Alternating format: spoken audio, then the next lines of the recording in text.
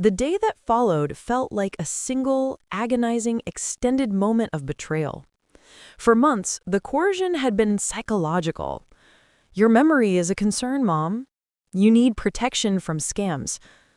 Laura, my only daughter, meticulously built a cage of fabricated love and exaggerated frailty around me. She stopped letting me drive.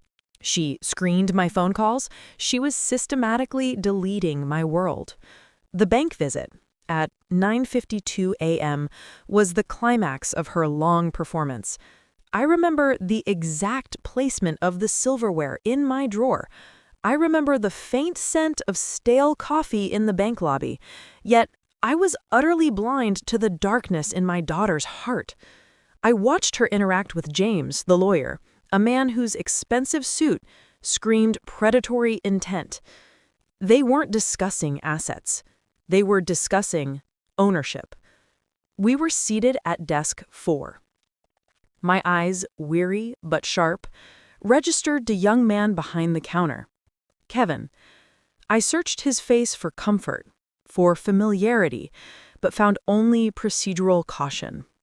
It was a sterile setting for a brutal act of theft. The sight of the document stack, thick, heavy, and final, filled me with a vague dread. Laura's voice was an auditory assault. Power of attorney, joint account, property deed. Execute everything now. My internal monologue became obsessive, focusing on every word, every gesture. Why was the deed a quitclaim? Why was the power of attorney irrevocable? I was a retired accountant. The terms were familiar, but their combination felt like a lethal overdose. My mind, sharp despite Laura's attempts to dull it, began a forensic analysis of the atmosphere. I observed Kevin's hands, the hands of a student, not a predator. I watched his fingers pause over the quitclaim deed, lingering for a fraction of a second too long. That pause, that single, silent micro-expression of ethical conflict, was the first crack of light in my suffocating darkness. I realized with a chilling certainty that the danger was real, and the only person who saw it was a stranger. Kevin began his work. He requested my secondary ID. I watched Laura tense, her tapping foot under the desk increasing its frantic rhythm. She refused, arguing procedure. Kevin stood his ground. But the initial stalling failed. James, the lawyer, stepped in, his voice cutting and authoritative. Mr. Kevin, we can waive secondary ID. We have notarized forms. Proceed with the signatures. James's certainty was paralyzing. Kevin, defeated by the legal authority of the lawyer, nodded. He was about to slide the signature forms towards me. I realized this was the moment of no return. I had to intervene. But I was frozen, terrified of confirming Laura's lie that I was mentally frail. The pen was coming. I was lost. The lawyer, James, had successfully countered my legal objection. The pen was moving toward Mrs. Davies' hand. I felt a cold surge of panic. If I proceeded, I would be complicit in a felony. If I shouted, Laura would accuse her mother of having an episode and seize the documents, destroying all evidence. My mind, trained in bank protocols, focused on a single technical glitch: the printer. With surgeon-like precision, I manufactured a technical fault. "Excuse me, a paper jam," I said, forcing an expression of professional annoyance. This bought me precisely 90 seconds. 90 seconds to risk my entire future for a woman I barely knew. I grabbed a blank deposit slip, a mundane piece of paper. With my pen, I wrote 3 words in large, quick, capital letters: "Do not sign." There was no time for explanation, only for urgency. My action had to be completely invisible to Laura. I distracted her with a trivial question about the margin alignment of the logo on a form. She, obsessed with the money, took the bait, focusing intently on the typography. While Laura was preoccupied, I leaned forward, using my shoulder to obscure my actions, and slid the crumpled deposit slip toward Mrs. Davies. It was a blur, seconds of absolute risk.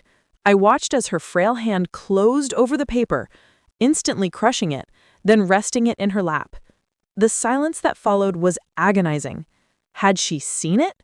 Had she understood the gravity of those 3 words? Had Laura noticed the movement? I continued to resolve the paper jam with deliberate slowness, my heart pounding in my throat, knowing the entire control of the situation now rested in the trembling lap of an elderly woman. The crumpled paper in my lap was a crushing weight. The passage of time seemed to dissolve. I ignored the irritated voices of Laura and the lawyer and discreetly smoothed out the slip under the cover of the desk. 3 words.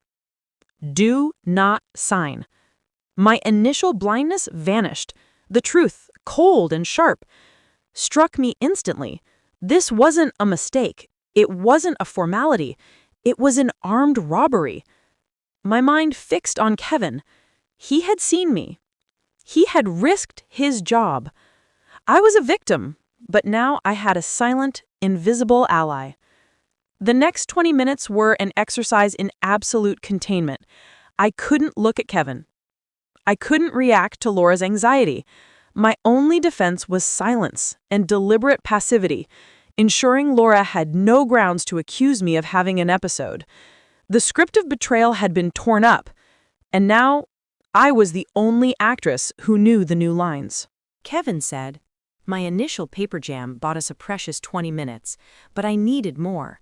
I began my masterclass in bureaucratic obstruction. I demanded a printout of the bank's elder asset transfer compliance regulations.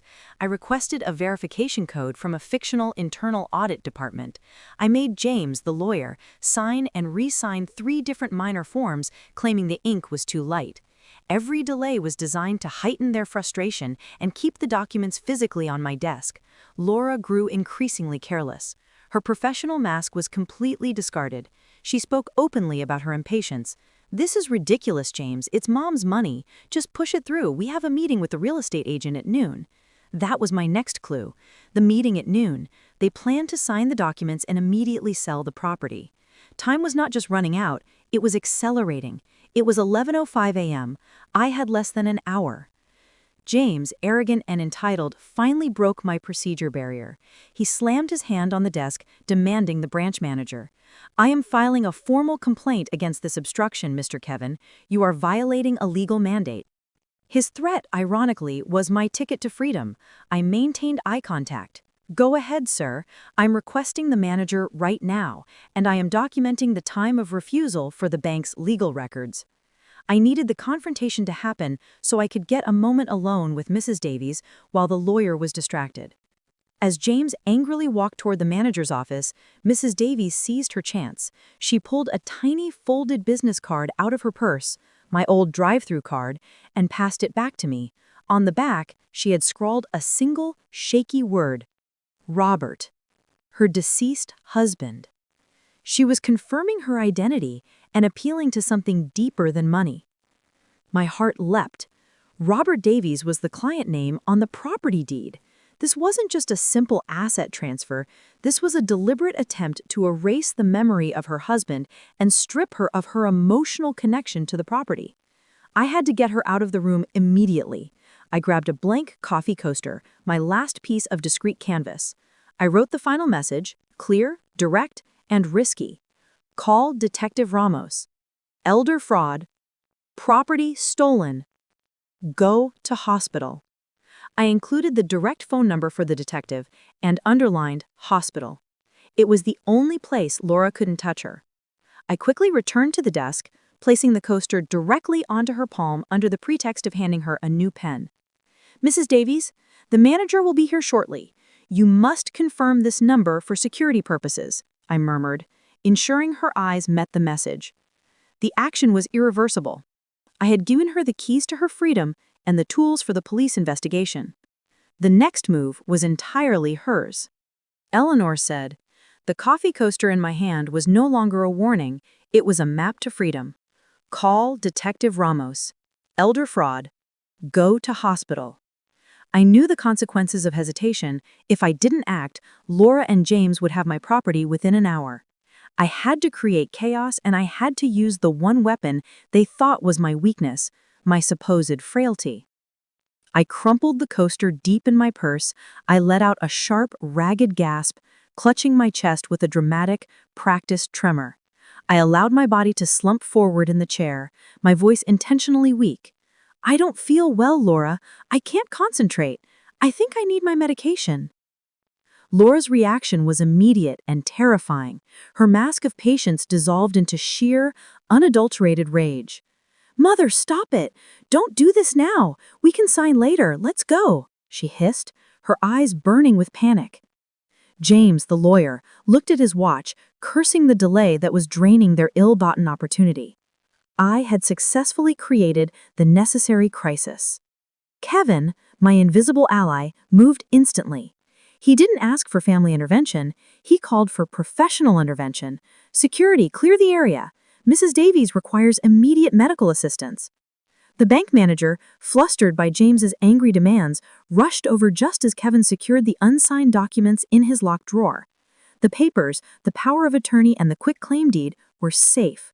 The evidence was secured before Laura could snatch and destroy them.